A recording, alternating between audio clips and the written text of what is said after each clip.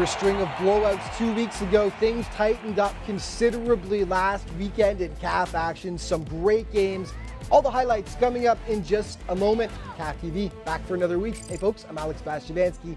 Epic FC have been the stars of CAF over the past 2 seasons. Last year, the Under16 squad not only won the Super Group, but marched all the way to the national title. Coach Manny Corona will join me here in the studio along with Shafiq Wilson to discuss what makes Epic one of the top programs not only in Canada, but on the continent. That's coming up later on. But first, CAF Super Group highlights. And 2 weeks ago, Bree Academy got smoked. There's no other way to put it. The Under-14s ran up against powerful ADP and lost by 12 goals. Well, they had a week to rest up, refocus, and they were like a whole new squad taking on Toronto International on Saturday.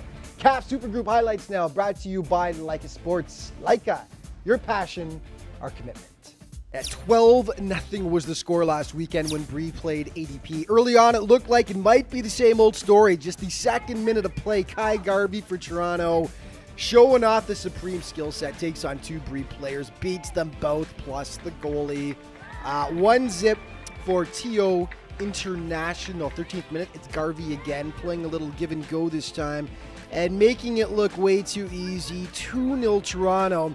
Bree on its way to another big loss, right? Well, hold on for a second. It's like they flicked the switch. They nearly get one back here, but Selena Kumar gets off the line. Big save.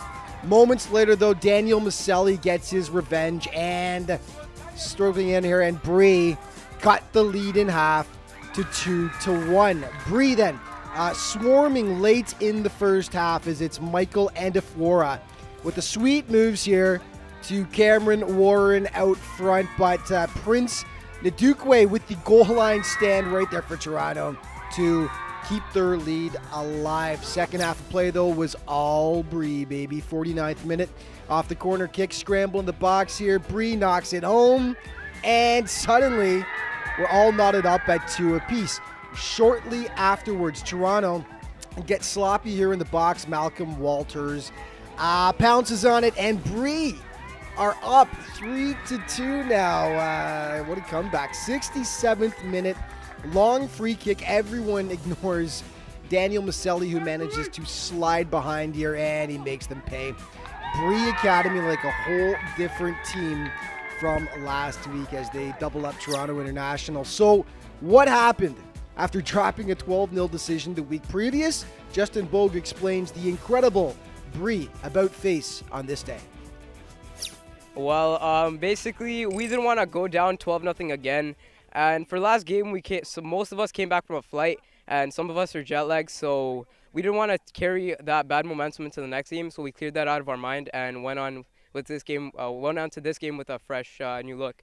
And me personally, I don't think this was one of our best games, but if we played a little better, I think the scoreline could have been more.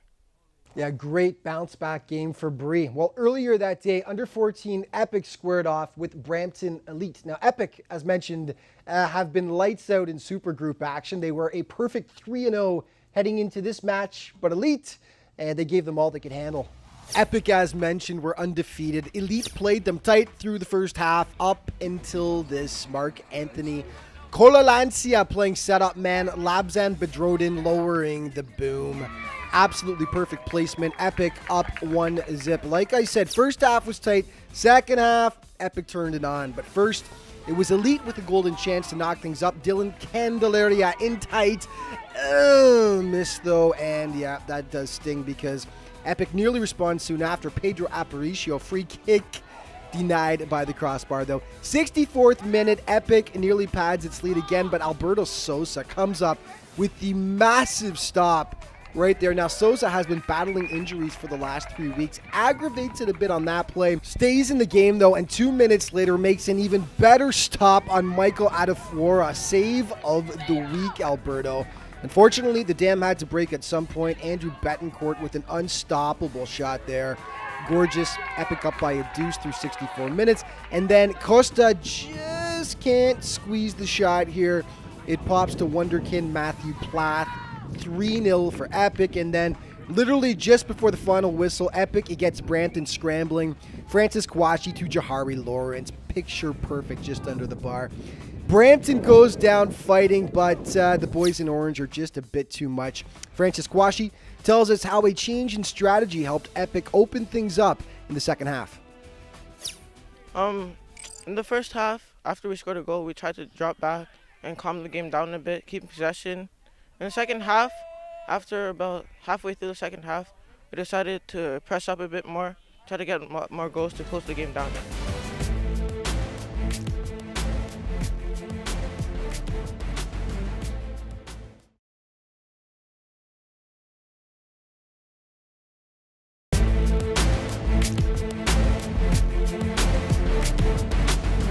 Welcome back. On to the Under16 Group we move now. Mississauga United has flexed some considerable offensive muscle so far this year. Through 2 games, the CAF newcomers had racked up 7 goals, including a 5-0 spanking of Pace 3 weeks ago. On Saturday, Chantilly were bent on handing United their first loss of the young season. As Chantilly themselves were also undefeated heading into this one, so it was a titanic tilt. United presses early and come oh so close here. Just check it out.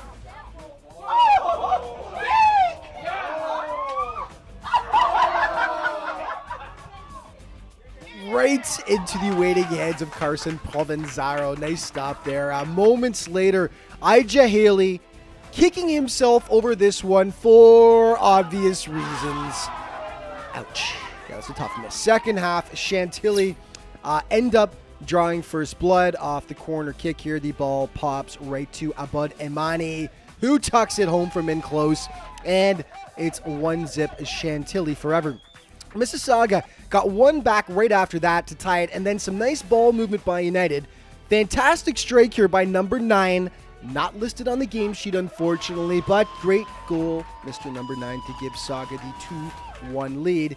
They nearly make it 3-1. Ija Haley lays it off. It gets crossed into Sean Costa, but the header flies just over top of the crossbar. Wouldn't matter, though. Mississauga continues its hot streak, dropping Chantilly by a 2-1 count and handing the boys in red their first loss of the young CAF season so far. A Future Academy made a statement 2 weeks ago in their Super Group debut, dropping Brampton Elite by a 2-0 count. Things got considerably more difficult, though, last week as they faced off against undefeated Epic. What followed was one of the best games any CAF group has produced this season to date. Yeah, this was the matchup of the weekend. 2 under-16 powerhouses going head-to-head, and Epic draw first blood. Moises Corona, always dangerous and pretty much unstoppable when he's on the break like this. Smokes it home, and Epic go up by a 1-0 count. Ronaldo Marshall nearly makes it too soon after. Look at the speed as he just turns on the jets here. But fantastic stop by keeper Anthony Guerreri. Nothing he could do about this one, though. Michael Washington waiting out front, and he's there to tap it home. No help for the keeper there. Epic looking good, up 2-0. But Future came to play. Epic keeper Shafiq Wilson just can't quite handle the shot there, and Robert Kruger dines out on the big, fat, juicy, delicious rebound. Future cuts the lead in half to 2-1. Hold on to your hats. Second half was a doozy. Future pressing. The Epic keeper makes a nice stop here, but Lucas Ferreira, boom goes to dynamite. What a one-timer. One of the goals of the week for sure, all knotted up at 2 apiece. But as they always seem to do, Epic pulls it out in the end. Tristan Quattropani draws all the attention, leaving Michael Washington unattended. Never a good idea. It's in, and Epic snags the 3 points in the end. 3-2 your final. These two squads have a rematch set for July 17. Circle it on your calendars. Set a reminder in your smartphone. Put it in your Rolodex.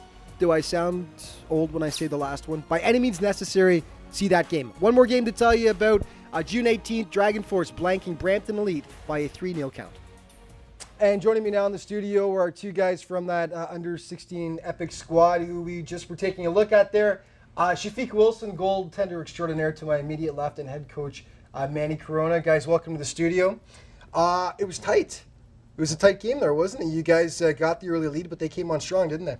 Yeah, for sure. We knew that Future was going to be a team that was going to compete, every minute of the match. They have a very, very good standard. We got out to an early lead, but they almost responded right away and definitely kept it close. The game went right to the wire, and it was a great match to see, definitely. Yeah, and you said to me before we came on that you actually have a little bit of familiarity with Future. You know these guys? Oh yeah, I used to play with them a few years back at Kleinberg, Right. and I know most of them. Yeah, you got tested a bit in the first half there? Oh yeah, I did. Yeah, which didn't always happen last year, and we'll get to that in a few moments actually. But they were coming at you pretty strong there, weren't they, for a bit? 100%, yeah. Yeah. Are you liking it a bit more being in the Under16 group? We should mention, by the way, that these guys are the Under14 national champions last year. They're actually playing up an age group this year with the U16, so they should be playing U15.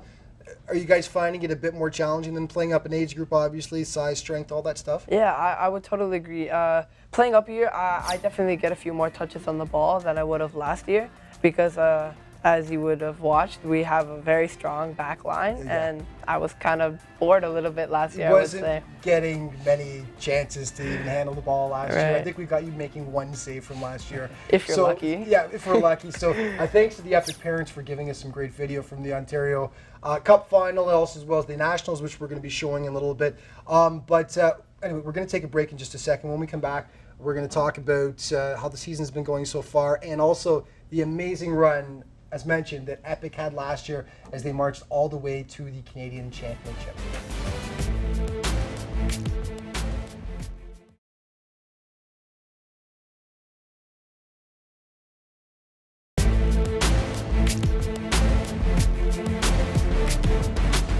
Welcome back to CAF TV, joined in the studio by two members of the Epic Under16 squad.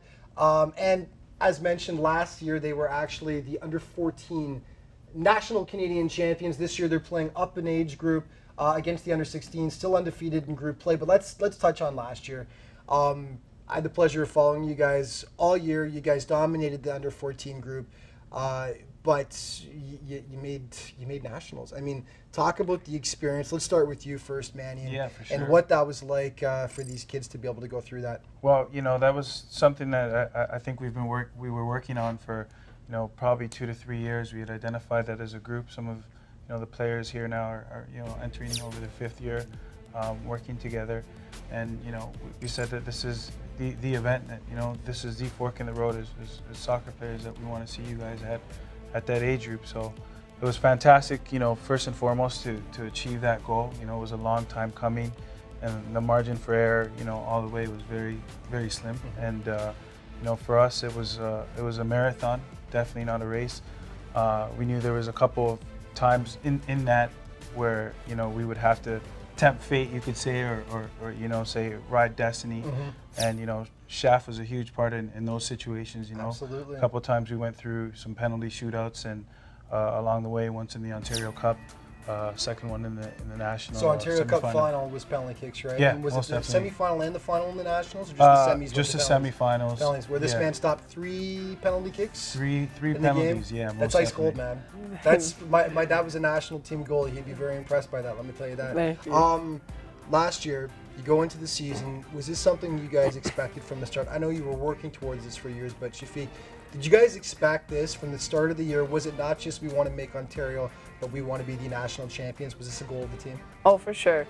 Since the beginning, 100%, we've put out our full effort, and it's always been one of our goals to kind of make a name for ourselves and brand ourselves throughout not just Canada, but throughout internationally, I would say. Yeah. And you definitely did that last year. Maybe caught some people by surprise who didn't know about Epic, and they paid the price for that. Definitely.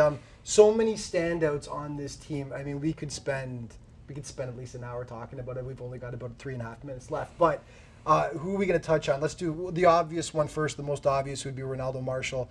He of the 6'2" plus afro. On top of that, he looks like a grown man. Absolutely incredible player. He's been chosen to the provincial team, I believe, in the national program as well. Yeah. Talk about what Ronaldo brings. Yeah, for sure. I mean, he's continued to progress well. The CAF has been a great catalyst of that. As his, really kept his knife sharp. In terms of his his finishing and things of that nature. And he's a great worker, nose down, keeps his toes down as well. And some good things will definitely be coming in his direction. There's no doubt about it. Yeah, and your son, Moises, who's also shot up a few inches in the last little bit of your team. How do you like having Moises in front of you? It's just a great boost of confidence to see him standing in front of you and knowing, like, to the best of his ability, he's not going to let anything by you. And just having him in front of you just is kind of just like a shield. It's just great. Yeah, so much. If we touch on some of these guys, Sal Mazzaferro, who I interviewed about 5 different times last year after the games, who walks up to me for an interview this year, 6 inches taller over the span of 6 months. He grew, I swear he grew an inch every month or something.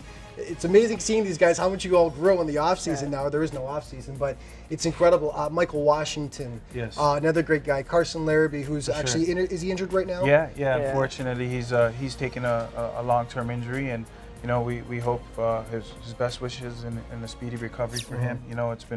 It's been a massive blow to our group, and it's been good to see the boys adapt. It's something new for us as well to have to deal with injuries. We're such a tight-knit group, and for us, definitely is a quality you can't replace. And we definitely wish him for a good recovery. We should touch on the under-14s who are also having a great year. And just real quick, a couple of players that, I mean, you love that team and stuff. Those are your kids. But for sure. One of the guys that you've really liked from that team is it Matthew Plath? Yeah, we got to see this weekend, who's playing up 2 age groups. Talk about Matthew. Oh yeah, he's a kid that definitely is a full package player. He not only has the talent and the ambition. He has a great inner drive and a great rage to master. And through injuries and through the course of a long season, we've had to send a lot of players up, and not only from our 2002s playing 2001s, but now reaching to a 2004 player, who we felt for a long time could be successful at the level, and it's good to see. Right. Andrew Betancourt is not exactly lacking in confidence either, is he? Most definitely. I call him the Tiny Terror. He's scoring some big goals, and he likes to be interviewed as well. He's not lacking in confidence. For sure. He's a great player. I think if you look at how we run our program, we're not afraid to throw players into positional situations, as per se. If a Moises who's in the same position as an Andrew or a Julian Scatcho who's out injured, we would throw those younger guys in. And I think Andrew is definitely a guy that has huge heart, huge potential, huge talent base. We could talk all day, guys. All This is day. what we could go for now. We are out of time. Thanks so much. We're looking forward to following you throughout the years, guys. Thanks for being here. Thank you so much. Thank you.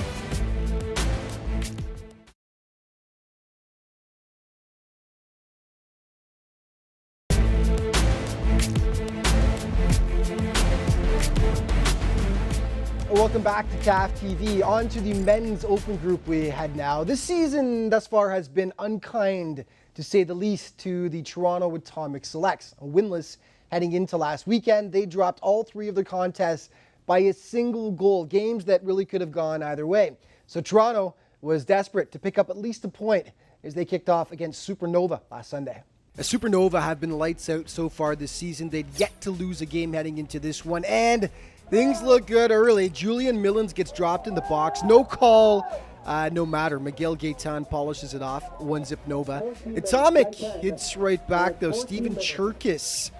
Some nice little moves there to make it a 1-1 game. Later on in the half, though, the Atomic defense taking a bit of a coffee break here. Millens, time and space, too much of both. He puts it in, and Nova back on top, up 2-1. And then Sonan Eskinder does well to get it out front here. He ends up following it up and slotting it home himself. Supernova go up by a 3-1 count. Still in the first half, Eskinder, there's some mustard on this shot. Nicely done, top corner. And second half, the Eskinder show continues. Off for a nice little stroll here with nary a defender around him. Nova, complete control, up 5-1. Atomic do get one back. It's a nice one. Dario Brezak showing off some nice moves in the box. 5-2 Nova.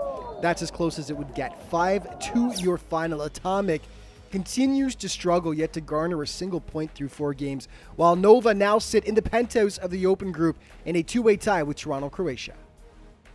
Well, Brampton City was rolling right along heading into last weekend. Undefeated through 3 games, City sat on top of the Open Group standings, but that win streak came to a screeching halt on Saturday against Epic.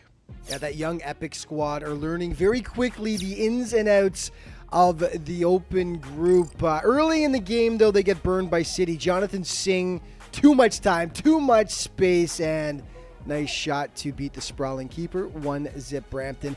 Epic hits right back, though. This is all Kumrani Abbey on this play.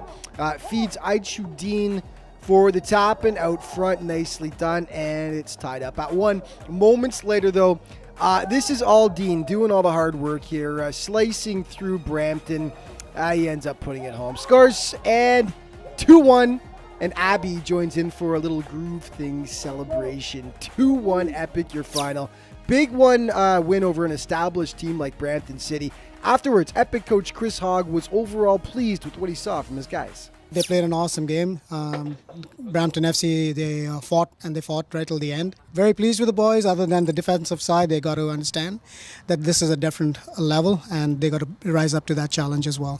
Okay, one more score to tell you about in the Open Group. Toronto, Croatia, all over BSC Academy as they blanked them 6-0. Okay, let's take a look at the league table and see where all the teams sit in the different divisions. Under 14 group, Epic on top, but they've played one more game than ADP have so far. 12 points to 9, then London Elite, BRI, and Toronto International, each with 3 points so far. Under 16 group, Epic on top as well there with 9 points thus far, followed by Dragon Force and Mississauga United. Chantilly's got 6. Future has 3 points so far. And to the Open Group we move. Supernova now on top, tied with Toronto, Croatia. Both teams have yet to lose a game. City with 7, tied with Epic, BSC with 3. And Atomic Select, still the last team yet to garner a point so far. And time for the CAF Countdown. Before we go, the top 5 plays from this week. At number 5, Toronto Atomic's Dario Brezak turns Supernova inside out, then lowers the boom. Beautiful shot. Top shelf, number 4. Check out the sequence. Chantilly keeper Carson Provenzano makes the initial stop here. Then the goal line clear off, and then follows it up with another great stop from point blank range against Mississauga. Number 3, Kai Garvey had a huge game for Toronto International. Here he turns Bree inside out and slots it home for the nice goal. Number 2, Future Academy's Luca Ferreira packing some heat on his right foot here. Beautiful one-timer to beat the keeper. Excellent goal. And number 1 on the day, Brampton Elite's Alberto Sosa with one of the stops of the year. Sprawling to deny Epic last Saturday. Take another look. This is as good as it gets. Definitely our CAF play of the week. And that is it for this week. Just remember, though, to keep up on all things with the league. CAFsoccer.com is the website. At CAF_football on Twitter, and Canadian Academy of Football on Facebook, of course. Thanks so much for tuning in, folks. We'll see you next week.